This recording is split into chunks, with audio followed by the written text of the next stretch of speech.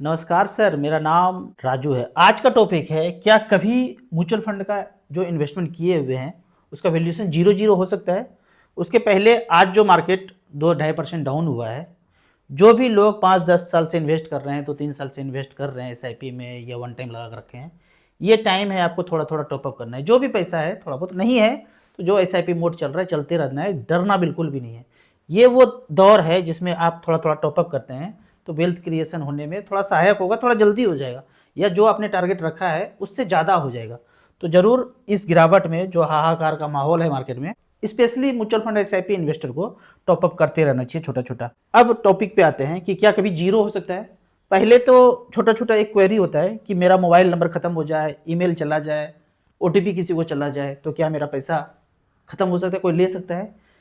सबके पास सब कुछ चला जाए, मान लो आपने म्यूचुअल फंड किया, सारा डाटा उसके पास चला गया, मोबाइल भी चला गया, ईमेल भी चला गया, ओटीपी भी जा रहा है, वो जो भी करेगा पैसा आपके अकाउंट में आएगा, बैंक अकाउंट में रिडीम करने के बाद वो रिडीम करेगा तो पैसा अकाउंट में आएगा। अकाउंट का भी सारा डिटेल उसके पास है, तब पैसा निकल सकता है। सिर्फ मोबाइल चला गया, ईमेल चला गया, उससे कुछ नहीं होता है। पैसा जब भी आएगा जिस अकाउंट से कटा है उसी अकाउंट में वापस आएगा। दूसरा होता है कि एएमसी म्यूचुअल फंड कंपनी है वो भाग जाए, तो म्यूचुअल फंड के स्ट्रक्चर को समझ लीजिए। एएमसी कंपनी कोई भाग नहीं सकता है। सहारा म्यूचुअल फंड खत्म हुआ तो जितना भी सहारा म्यूचुअल फंड का जो पैसा था इन्वेस्टर को वो वापस मिला है, ठीक है। वो टाइम पीरियड होता है सेबी एमपी की तरफ से कि इतने दिनों के अंदर आप सारा पैसा निकाल लीजिए। नहीं निकाल पाए तो कार्बी कैंप जो भी रजिस्ट्रार है वहाँ जाके पैसा निकाला जा सकता है। कभी खत्म नहीं होता है, ऐसा कि नहीं निकाला तो खत्म हो गया। खत्म वर्ड म्यूचुअल फंड में नहीं है। चाहे 30 साल 40 साल पहले कोई इन्वेस्टर इन्वेस्ट किए थे, वो मर के चले गए, ना उसका फ़ोन नंबर है, ना अकाउंट नंबर है, ना ईमेल आईडी है, कुछ भी रजिस्टर्ड नहीं है उस समय। आज भी नॉमिनी को क्लेम कर रहे हैं तो पैसा मिल रहा है। हमारे पास ऐसा जरिया है जहाँ जा करके ऑफिस में जा करके जो भी रजिस्टर्ड म्यूचुअल फंड डिस्ट्रीब्यूटर हैं वो प्रोसेस को करा देंगे। कुछ कागजी कार्रवाई होता है, थोड़ा टाइम लग सकता है, 1-2 महीना का टाइम लग सकता है, लेकिन पैसा कितना भी पुराना फंसा हो वापस आ जाता है। तो यहाँ पे सवाल मन में उठता है कि एएमसी कंपनी में जिसमें हम पैसा लगाए, एबीसीडी कोई कंपनी में, वो कंपनी भाग जाए। अब देखिए भागने का क्या अर्थ है। यहाँ पे हम हैं इन्वेस्टर और ये है AMC company, mutual fund company. Market में यहाँ पैसा लगाते हैं, स्टॉक तो मार्केट में ही फंड मैनेजर कर देंगे। ये है कस्टोडियन। हमारे इन्वेस्टर का पैसा जब भी जाता है कस्टोडियन के पास जाता है, जो हमारे फंड को, हमारे पैसे को सेफ रखते हैं। अब फंड मैनेजर एएमसी जो है ये सिर्फ इंस्ट्रक्शन देते हैं क्या खरीदना है क्या बेचना है, बस। इनके पास पैसा नहीं है, पैसा कस्टोडियन के पास है। मान लेते हैं कि SBI, ICC, HDFC mutual fund company है, इसका कस्टोडियन बैंक कोई और बैंक होगा। एसबीआई है तो एसबीआई अपने ही अकाउंट में पैसा नहीं रख सकते हैं, एसबीआई बैंक में नहीं रख सकते हैं। हो सकता है इसका सिटी बैंक हो या इसका एचडीएफसी बैंक हो, कोई अन्य होगा। अगर आईसीआईसी म्यूचुअल फंड चला रहे हैं तो इसका कस्टोडियन बैंक किसी और में होगा, सिटी बैंक में, कोटक बैंक में, एक्सिस बैंक में, कहीं और सकता है। HDFC AMC mutual fund company चला रहे हैं तो इसका कस्टोडियन अकाउंट किसी अन्य बैंक में होगा। तो म्यूचुअल फंड में हेर फेर करना कि इन्वेस्टर का पैसा लेके भाग गए, ये करना मुश्किल है। यहाँ पे अब एक चीज और बारीकी से समझना है कि म्यूचुअल फंड में जितना भी स्कीम है, मान लेते हैं 10,000 स्कीम है, 10,000 अकाउंट खुला हुआ है, हर स्कीम का पैसा एक अलग अकाउंट में है। जो भी आप एयूएम देखते हैं ना, एसेट अंडर मैनेजमेंट, वो हर स्कीम का, हर फंड का अलग अलग अकाउंट खुला हुआ है और उसमें पैसा है। किसी के पास 10,000 करोड़ है, अलग अकाउंट है। किसी के पास 20,000 करोड़ है, अलग अकाउंट है। किसी के पास 5 करोड़ का फंड है, अलग अकाउंट है। अकाउंट अलग अलग होता है। वहीं इंश्योरेंस में आप देखेंगे एक ही अकाउंट होता है। एलआईसी है या आईसीसी का इंश्योरेंस है, एचडीएफसी का इंश्योरेंस है, एक ही अकाउंट में सारा पैसा आता है। इसलिए आप इंश्योरेंस में जब चेक काटते हैं प्रीमियम देने के लिए तो उस कंपनी का नाम लिखते हैं, लेकिन म्यूचुअल फंड में जब आप चेक काटते हैं तो स्कीम का नाम लिखते हैं। SBI small cap, HDFC small cap, ICC small cap, axis small cap, Nippon multi cap, वो स्कीम का नाम लिखते हैं ताकि स्कीम के अकाउंट में पैसा जाएगा। कंपनी के नाम पे पैसा नहीं जा रहा है, स्कीम के नाम पे जा रहा है। इंश्योरेंस में ऐसा नहीं है। तो एएमसी इतना बड़ा घपला कर ले कि सारा का सारा पैसा लेके भाग जाए, वो संभव नहीं है। ऐसा लेकिन बिल्कुल संभव है कि आपने एक फंड में पैसा लगाया 1 लाख, फंड मैनेजर ने 50 से 100 कंपनी में पैसा लगा दिया, लेकिन 2-3 कंपनी ऐसा हो गया जो खत्म हो गया, सत्यम खत्म हो गया और कोई कंपनी खत्म हो गया तो उसका वैल्यूएशन डाउन हो गया। तो जो पैसा हमने लगाया है वो डाउन हो गया। मान लेते हैं कि 1 लाख में 5,000 रुपया ऐसे कंपनी में था, अब वो खत्म हो गया रातों रात, तो 5,000 तो डाउन हुआ ना। तो कम होगा, पर इस तरह का जब कांड होता है ना तो फंड मैनेजर को थोड़ा पहले पता चल जाता है, हम लोगों से, इन्वेस्टर से पहले उनको थोड़ा सा ज्ञात हो जाता है ये चीज। तो उस कंपनी से निकल करके किसी अनदर कंपनी में अपना पैसा इन्वेस्ट कर देंगे, वहां से निकाल करके दूसरे कंपनी में चले जाएंगे। तो ये सुविधा है म्यूचुअल फंड एसआईपी इन्वेस्टर के लिए कि फंड मैनेजर यहाँ बैठे हुए हैं, तो जो बड़ा कांड अगर हो रहा है तो उस कंपनी से निकल गया भैया, तुम कुछ गलत एक्टिविटी कर रहे हो, तुमसे निकलते हैं, कोई दूसरा कंपनी है उसमें लगा देंगे। लगभग 5800 कंपनी लिस्टेड हैं बीएससी एनएससी पे, तो काफ़ी सारा कंपनी है, 2-4 में गड़बड़ हो रहा है तो वहाँ से निकल करके दूसरे में चले जाएंगे। चौथा पॉइंट है मोगेम्बो का, कुछ ऐसा खेल खेला षड्यंत्र कि 5%, 10%, 15% रसिया यूक्रेन फर्जी करा दिया, कुछ नया वायरस लेते आया, कुछ 9/11 करके बम से बिल्डिंग गिराया, बोला कि आतंकवादी हमला हो गया, हमला होने के बाद अब इक्विपमेंट खरीदो। एक अलग कंपनी बैठ के बैठा हुआ है सिक्योरिटी चेक के लिए कि अब होटल में, स्कूल में, इधर उधर रेस्टोरेंट में आपको मशीन लगाना पड़ेगा, टू एयरक्राफ्ट पे, मेट्रो में, रेलवे में जाने के लिए मशीन। आप पता करो, अंदर घुसोगे तो पता चलेगा जो वो कांड करवाया था 9/11 का, वही सेम बंदा सिक्योरिटी चेकअप का वो इक्विपमेंट बेच रहा है। एक कंपनी, 2 कंपनी, शीर्ष पे कौन होगा? 1-2 कंपनी ही होगा। तो वो प्लान करके बैठा था। और पता करेंगे कि सिक्योरिटी चेकअप के नाम पे जितने इक्विपमेंट खरीदा जा चुके हैं, बाहर से आ चुका है उस कंपनी से, क्या उतना कांड हुआ है? और कभी कभी जो कांड होता है वो कंपनी ही कांड करवाता है कि लेके पहुंच जाओ कुछ गोली बंदूक बारूद, दहशत तो फैलना चाहिए, इक्विपमेंट कैसे बिकेगा? तो ऐसा कांड वो कर सकता है। मैं एक थॉट दे रहा हूं कि क्या कंपनी 1000, 10,000, 20,000 करोड़ वाला कंपनी ऐसा खेल खेल सकता है कि भाई उसका इक्विपमेंट और बिके? तो ऐसा कर सकते हैं ना। क्रिस पिक्चर में आपने देखा है, वायरस भी बनाया, एंटीवायरस भी बनाया, तो ये दिया बिल गेट्स के पास, उसको निकालने का फार्मूला भी है। अभी जो हार्ट अटैक हो रहा है ना, उसमें कुछ माल मिलाया है, उस माल को निकालने के लिए भी उसके पास फार्मूला है। वो कब आएगा पता नहीं, जब आएगा तो कितना पैसा मांगेगा वो भी उसी को पता है। तो जो 7 समंदर पार बैठा हुआ है, कांड करा करके इतना परसेंटेज गिरा सकता है, लेकिन 0-0 होना मुश्किल है। क्या कोई ऐसा स्थिति है 0-0 हो सकता है? मेरे समझ से नहीं है। लेकिन फिर भी एक इन्वर्टेड कॉमा में एक कहानी को शुरू करता हूं जिसका आंसर दूसरा हो सकता है, जो आंसर कोई भी टीवी मीडिया कहीं भी सुनने को नहीं मिलेगा। वो कहानी इस तरह से, एक शहर है और एक गुंडा है वहां पे, बिल्ला कुछ नहीं करता है। एक 100 रुपया का पर्ची दिया और चेले चपेटे को दिया, बोला जा खाना लेते आओ उस रेस्टोरेंट से। रेस्टोरेंट वाला मना कर दिया, ऐसे करके साइन किया, बिल्ला अपना ठप्पा लगाया और 100 लिख करके दे दिया। रेस्टोरेंट वाला भाग यहाँ से, कौन है बिल्ला, खाना वाना नहीं मिलेगा, पैसा लाओ, पैसा रोकड़ा। चेला चपेटा आया इनके पास, बोला बिल्ला भाई, उसने तो खाना दिया नहीं। बिल्ला आया, उड़ा दिया उसको। उड़ा दिया तो शहर में दहशत फैल गया कि भाई बिल्ला ने पर्ची दिया, नहीं माना तो उड़ा दिया। अब अगले दिन 500 रुपया और पर्ची काट के दिया, बोला बिरयानी लेके आओ। बिरयानी वाला डर से बिरयानी दे दिया, डर का माहौल तगड़ा बन गया। ऐसे चलता रहा 10-20 साल तक। जब सालों साल बीतने के बाद ये बिरयानी वाला गरीब हो गया, फ्री में कितना दिन खिलाए, गरीब हो गया। ये बिरयानी वाला जो आया, हाथ पैर पकड़ लिया बिल्ला का, बोला भैया आपका पर्ची तो हमारे पास बहुत बच गया, लेकिन हमें तो अनाज, दाल, सब्जी, मसाला कुछ लाना है ना खरीद के, तभी तो बनाऊंगा बिरयानी। अब ऐसा आप कुछ सेटिंग कर दो कि ये पर्ची जो है ये बनिया भी ले ले, ये सेठ भी ले ले और हमको दे दे।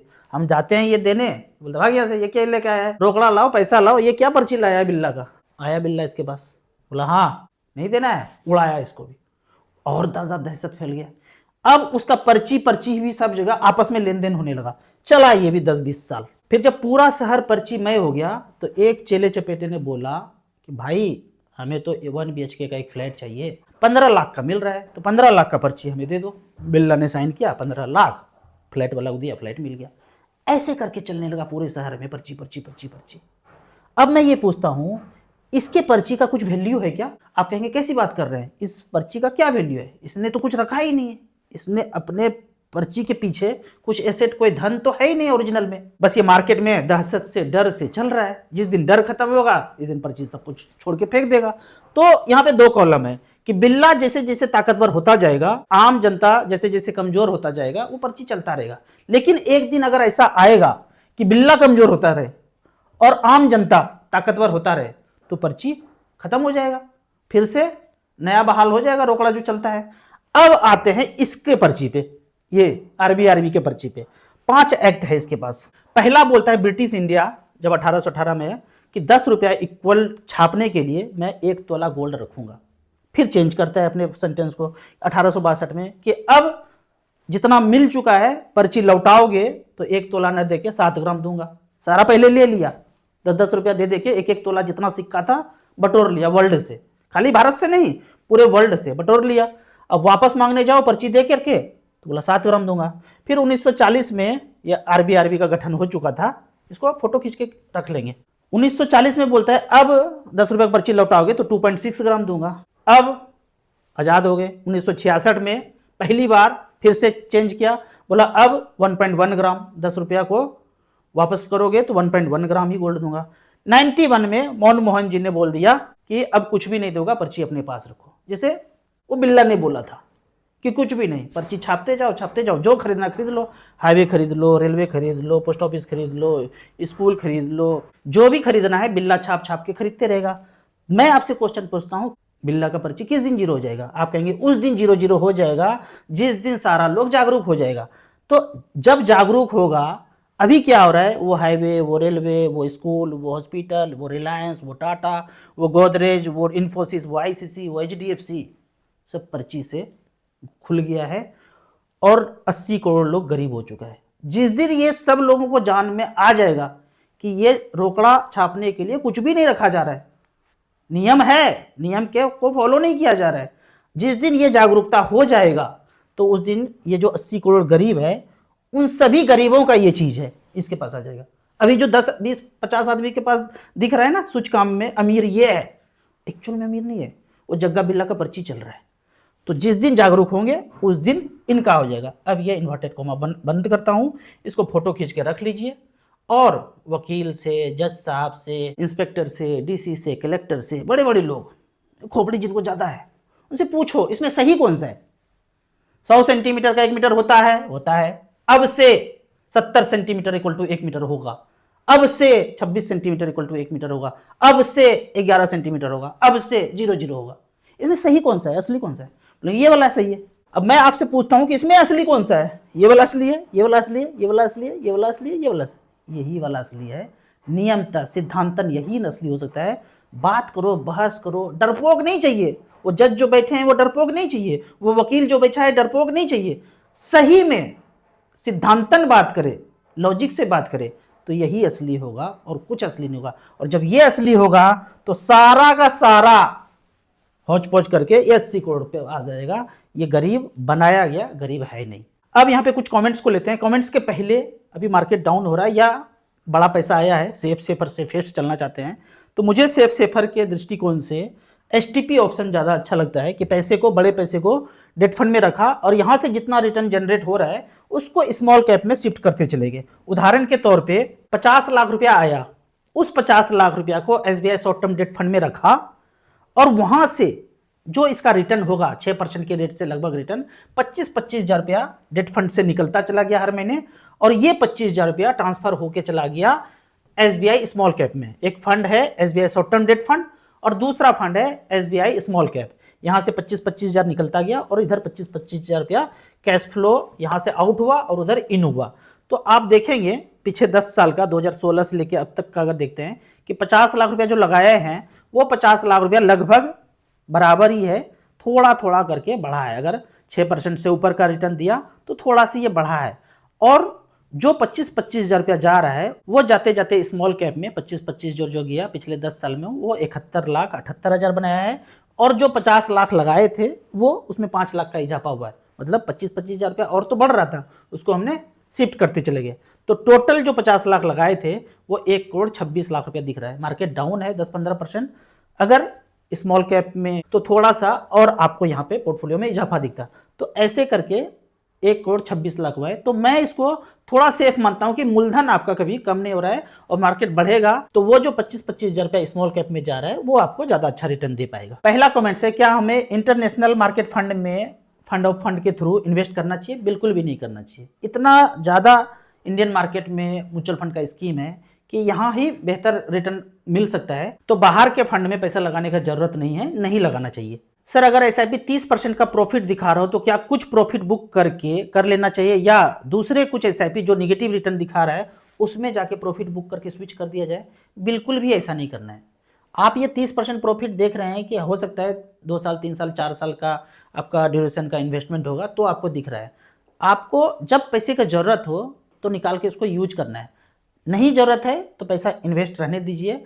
ये कि वो फंड अच्छा नहीं कर रहा है तो उसमें चले जाएंगे, वैसे तो आप फंड का नाम भी लिखते तो ज़्यादा बेहतर होता।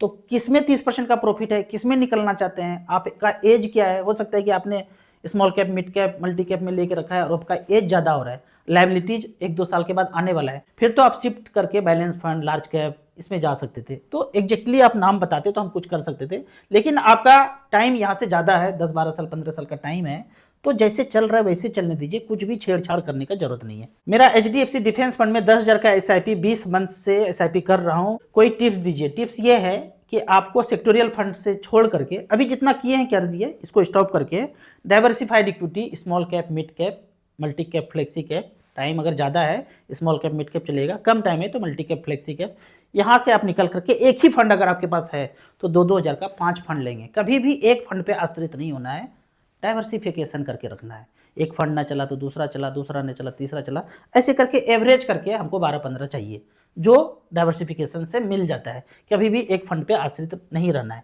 सर मैं गवर्नमेंट एम्प्लॉय हूँ, ग्रुप डी में, मुंबई में, हम लोगों की सैलरी ज़्यादा नहीं है, थोड़ा कम भी नहीं है, लेकिन हम लोगों को कौन सा इंश्योरेंस लेना चाहिए, टर्म प्लान लेना चाहिए, हेल्थ इंश्योरेंस लेना चाहिए? 5,000 का मंथली SIP करता हूँ। यदि पैसा ज़्यादा नहीं है तो हेल्थ लेने का जरूरत नहीं है।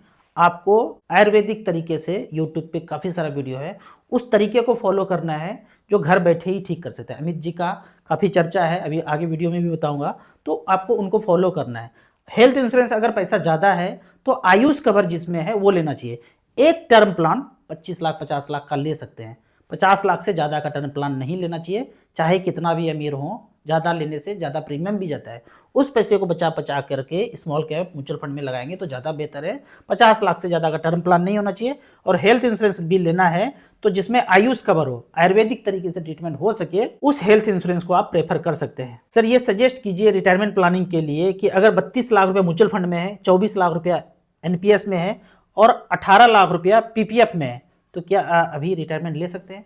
देखिए ये गलत अर्थ रखते हैं कि रिटायरमेंट मतलब छोड़ दिया नौकरी, अब इतने पैसे से जीवन यापन चल जाएगा। इसको मैं रिटायरमेंट प्लानिंग नहीं बोल रहा हूं। आप कुछ ऐसे काम में हैं जिसमें आपको मजा नहीं आ रहा है, और इतना पैसा अगर है, मेरे पास इतना पैसा था तो मैं उन कामों को छोड़ा जो मुझे अच्छा नहीं लगता था, उन कामों में आया जिसमें मजा आता है, जो काम करने में आपको अच्छा लगता है। तो आपको काम तो करना है, पैसा काम करेंगे तो पैसा भी आएगा। तो क्या इतने पैसे में करना चाहिए? बिल्कुल करना चाहिए। आपको वो काम करना चाहिए जो काम करने में आपको अच्छा लगता है, मन लगता है। SWP 10 लाख का कैसे करें एज 67 ईयर से? देखिए अगर आपको SWP करना है अभी मार्केट या कभी भी, आपको पैसा जो है थोड़ा सा डाइवर्सिफाइड करके अलग अलग डेट में लगाना है। वैसे तो स्कीम है SBI equity hybrid, ICICI equity in debt जिसका AUM ज़्यादा है, HDFC हाइब्रिड इक्विटी, ये 2-3 फंड है जिसका AUM ज़्यादा है।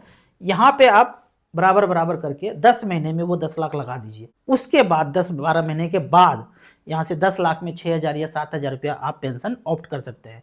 थोड़ा सा अध्ययन कर लीजिए कैलकुलेटर में, 10 साल 5 साल 15 साल क्या हो रहा है तो, लेकिन पैसा आपको एक बार में ना लगा करके 10 से 12 महीना में अलग अलग ड्यूरेशन में करके लगाना है। आपको इसी तरह म्यूचुअल फंड के बारे में और कुछ जानना है, इन्वेस्टमेंट के बारे में जानना है, तो इस नंबर पर मुझे व्हाट्सअप कर सकते हैं। आपने अभी तक म्यूचुअल फंड शुरुआत नहीं किया है तो एक SIP आप SBI स्मॉल कैप में शुरुआत कर सकते हैं। मैं जो नाम बता रहा हूँ ना, नाम इसलिए बता रहा हूँ कि बाहर लूट मचा हुआ है, म्यूचुअल फंड के नाम पे आपको कुछ और सेल कर दिया जाता है, इसलिए घर से ही चेक में लिख के ले जाइए 1,000 SBI स्मॉल कैप। जब धीरे धीरे ज़्यादा समझ में आए फिर आप ज़्यादा पैसा इन्वेस्ट कीजिए। शुरुआत आप 500-1000 से ही कर सकते हैं, मिनिमम 100 रुपया से भी स्टार्ट कर सकते हैं। आपको याद दिला दूँ, मैं एक MFI registered mutual fund distributor हूँ। आप इसी तरह से कमेंट सेक्शन में क्वेश्चन पूछते रहिए। वीडियो अच्छा लगता है तो लाइक एंड शेयर करें। Thank you so much.